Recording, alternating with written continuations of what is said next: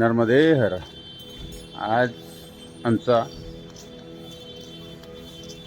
घरून निघाल्यानंतरचा चौथा दिवस आहे आणि आज आम्ही फायनली नर्मदा प्रदक्षिणेसाठी निघणार आहोत.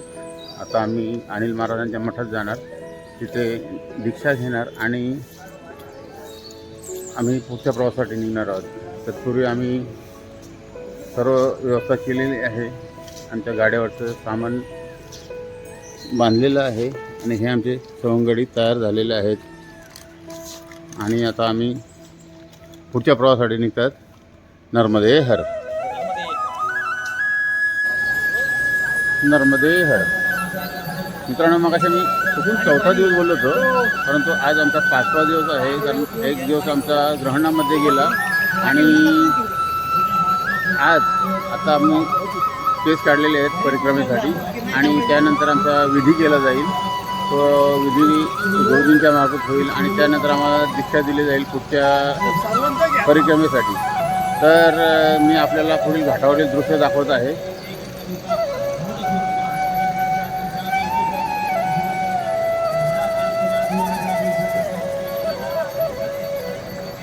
तर इथे लोक आहे ना, हे इथे विधी चालू आहेत प्रत्येक ठिकाणी ग्रुपने.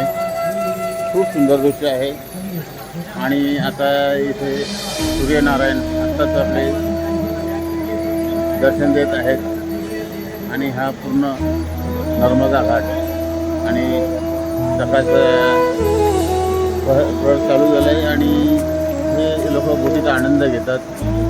हे आमचे मित्र यांनी पण केस ओपन केलेत. तिकडे हनुमान पटेल आणि सुभाष पाटील यांची तयारी चालू आहे. तर मित्रांनो, याप्रमाणे आमचा आता पुढील पण कार्यक्रम चालू आहे, त्याचा पण व्हिडिओ थोडाफार शूट केला जातो.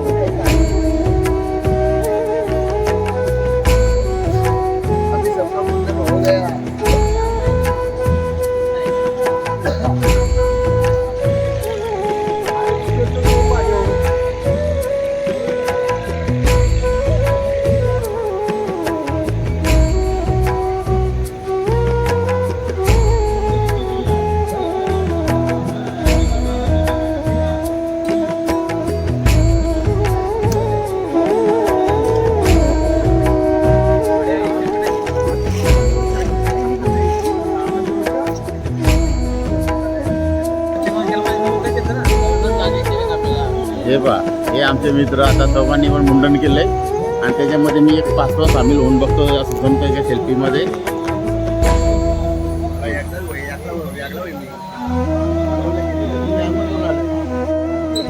त्यामध्ये आताच आम्ही अनिलदासजी महाराजांच्याकडे आम्ही दीक्षा घेतली.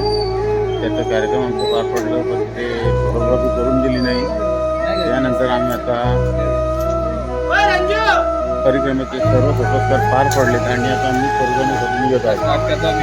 आम्ही सर्वजण इथे उपस्थित आहोत आणि आपल्या समोरच इथे मामलेश्वराचं मंदिर आहे आणि या मामलेश्वराच्या मंदिरापासूनच आम्ही आता पुढच्या प्रवासाला निघत आहोत. हे सवंगडी आता तयार झालेत, सर्टिफिकेट वगैरे बनवून पेपर वगैरे घेतले सर्व आणि आता आम्ही आमच्या पुढच्या परिक्रमेसाठी निघत आहोत.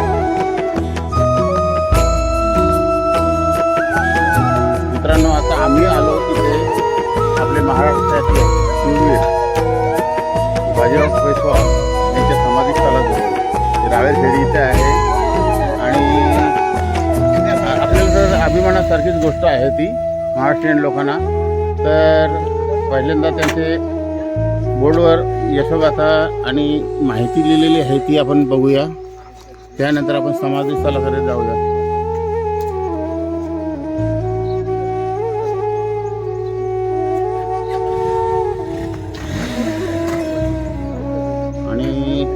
त्यांचे समाधीस्थळ आहे. आता आपण त्याच्यामध्ये प्रवेश करूया गेटमधून.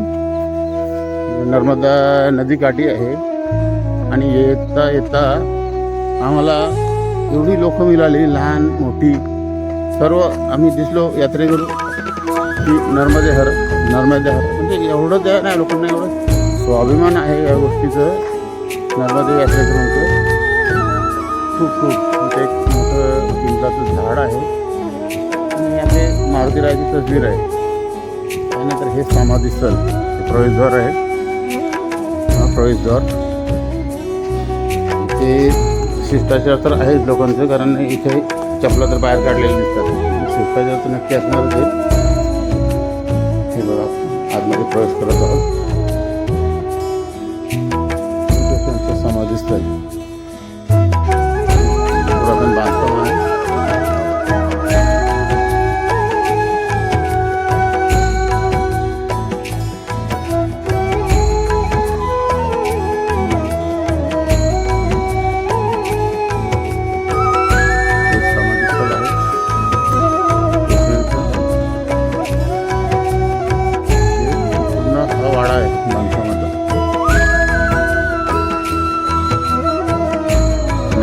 मित्रमंडळी आलेले आहेत.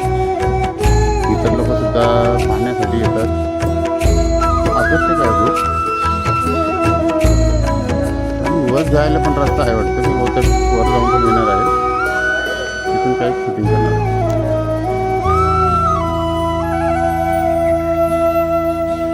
हे वरील स्थान आहे.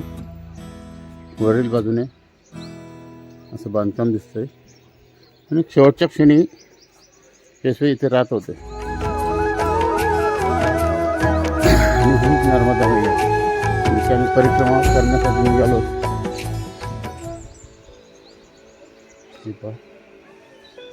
सुंदर दृश्य आहे इथे.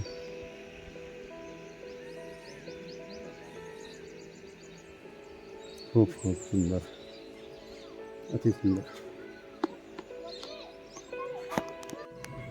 ही त्याची आतली बाजू आहे. इकडे नदीचे उत्तम दृश्य दिसतंय. ही आतील बाजू, सुंदर बांधकाम बघू शकता. ही पलीकडे नदी आहे. अशा प्रकारे आतमधील बांधकाम आहे. ही जी मेघडंबरी दिसते त्याच्यामध्ये शिवलिंग आहे. पेशव्यांच्या समाधीच्या वर.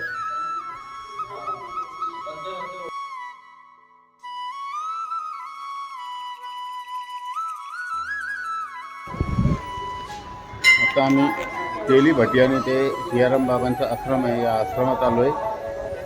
खूप छान आश्रम आहे आणि नदीच्या किनारी आहे. आणि आम्ही आता उभे आहोत. तेच आहे आश्रम.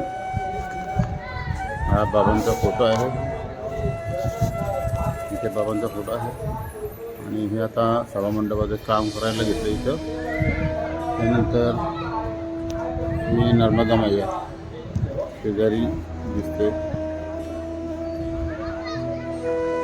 नर्मदा मैया खूप सुंदर नदीचं गाव आहे. आणि ते पलीकडे जे भगव्या कलरमध्ये दिसते तिथे अन्नछत्र आहे. तिथे आम्ही आता दुपारचं जेवण केलं, विश्रांती केली. आणि आता आम्ही तिथून पुढच्या प्रवासाला निघणार आहोत.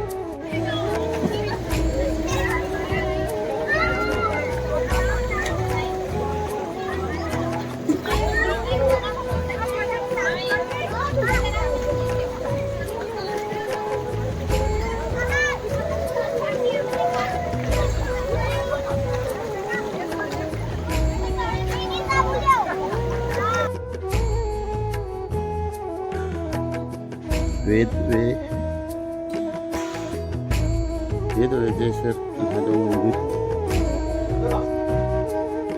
ही वेदा नदी आणि नर्मदा मैयाला भेटलेली आहे. इथं संगम झालेला आहे. हा संगम आणि या संगमाचा परिसर आणि हे आपले हनुमानजी महाराज. जेव्हा मारतो गणपती माता आठवतात नाही. श्रीराम मित्रांनो, आता एक आपल्याला मी सुंदर व्ह्यू दाखवणार आहे. एक नर्मदा मैया आहे आणि तिच्या पलीकडे साम्राज्य जे अतिशय सुंदर असं आहे. आणि ते एकदा मी पाहण्याचा योग आलेला. आम्ही तिथे फोटो वगैरे शेअर केले. एवढं सुंदर आहे. जे माहेश्वरी म्हणतात ते एक चित्रपट येऊन गेलेला आपला तो अहिल्याबाई होळकरांचं आहे आणि त्याचा संदर्भ घेतला होता या माहेश्वरीचा त्या चित्रपटामध्ये. माहेश्वरीचा संदर्भ होता तो. तर ती माहेश्वरीचं साम्राज्य आपल्याला दाखवत आहे. हे बघा, ही पहा नर्मदा मैया, सुंदर दृश्य आहे. त्याच्यानंतर हे समोर जे साम्राज्य दिसतं अहिल्याबाई होळकरांचं, ज्या शिवभक्त होत्या आणि त्यांनी हे मोठं राज्य सांभाळलं होतं. हे माहेश्वरी साम्राज्य या बाजूशी पाहतोय. आणि जेव्हा आम्ही 2000 किलोमीटरचा प्रवास करून पुन्हा त्या बाजूला येऊ तेव्हा जवळून सुद्धा आपल्याला तो पाहण्याचा योग येईल. तर हे सुंदर दृश्य आता डोळ्यात भरण्यासारखं आहे. आणि आम्ही या तटावर आहोत. या तटावर आता आम्ही हा दृश्य पाहत आहे. हा शिवमंदिर आहे आणि शिवमंदिरामध्ये ही शिवलिंग आहेत. हे शिवलिंग आहेत. त्यानंतर तिकडे 2 आहेत आणि हे मेन शिवलिंग. तिकडे 3 आणि हे 3. अशा प्रकारे शिवसृष्टी आहे ही. तर आणि एक पुरातन मंदिर आहे ते पण आपण पाहायला जाऊया. हे शिवमंदिर आहे, अतिशय सुंदर आहे. घुमट वगैरे त्याचं पुरातन शिवमंदिर आहे नदीकाठावर. इकडचे दृश्य आपण पाहू शकता. गुरे वगैरे हे दृश्य आपल्याकडं आता नाहीसंच झालेलं आहे जवळजवळ.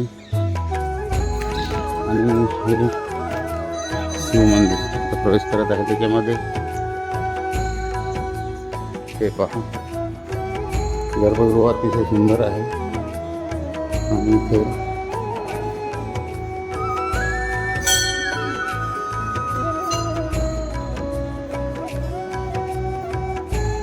आपले मारुतीराय, त्यानंतर हे अहिल्याबाई होळकरांचं पुतळा आहे. नंतर शिवनंदी आणि हे गर्भगृहामध्ये शिवलिंग. आणि माझा माता बऱ्यापैकी ठोकला गेला आहे दरवाजाला. हे शिवलिंग आहे, सुंदर आहे. हे आपले बाप्पा.